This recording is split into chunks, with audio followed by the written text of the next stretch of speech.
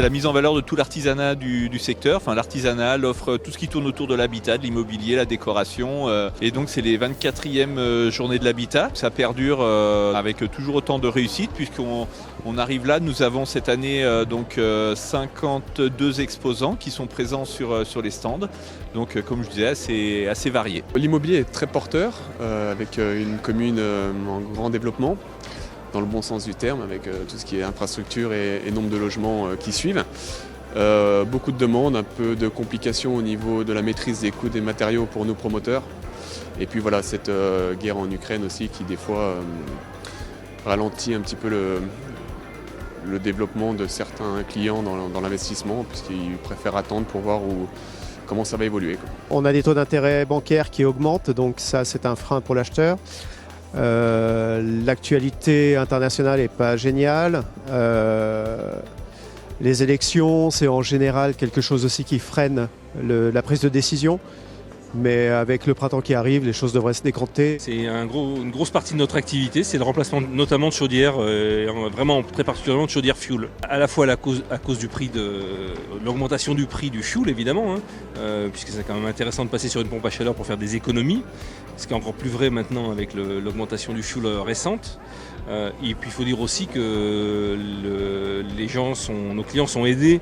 Il y a des aides financières, des primes, que ce soit des primes certificats d'économie d'énergie ou Ma Prime Rénov, qui aident à faire ces transitions de sources d'énergie, quoi. Il y a quelques années, on faisait encore ce qu'on appelait des montages en relève, c'est-à-dire que la pompe à chaleur venait se raccorder sur la chaudière reprenant la main quand les températures étaient très froides et qu'il fallait notamment sur des radiateurs des températures d'eau assez élevées. Aujourd'hui, on sait remplacer une chaudière dans quelles que soient les conditions d'isolation ou de température d'eau. Donc des montages en relève, on n'en fait quasiment plus. C'est vraiment du remplacement à 100%. Ouais. Ça se porte plutôt bien. C'est vrai qu'on a pas mal de projets d'aménagement avec une clientèle essentiellement de particuliers. Et puis aussi également un petit peu de clientèle de collectivités territoriales, voilà, pour des marchés publics. Donc là, c'est plus de l'aménagement de jardins, de placettes, de parcs. Et aujourd'hui, tout le monde est ravi effectivement de se retrouver, à la fois les exposants qui ont énormément de choses à se dire sur le contexte économique évidemment, sur la manière d'entrevoir les affaires d'aujourd'hui et de demain. La collectivité effectivement est toujours au rendez-vous puisque la communauté de communes est partenaire financier, la ville partenaire sur les aménagements et toute la logistique au sens très large du terme. Et nous avons une particularité cette année, c'est que nous avons 2 stands effectivement, un pour la ville, un pour la communauté de communes. La communauté de communes pour l'opération d'amélioration de l'habitat et la ville pour la rénovation des façades du centre-ville. Nous arrivons aujourd'hui, collectivité, avec plus de 4 millions d'euros de subventions.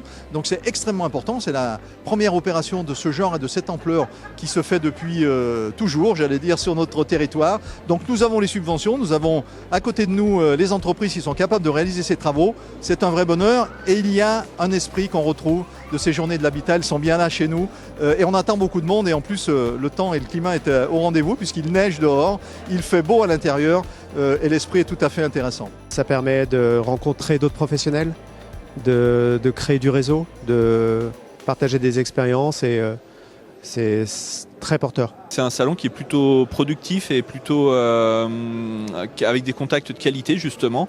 Et certains exposants font presque le tiers, voire la moitié de leur chiffre d'affaires annuel sur ce salon.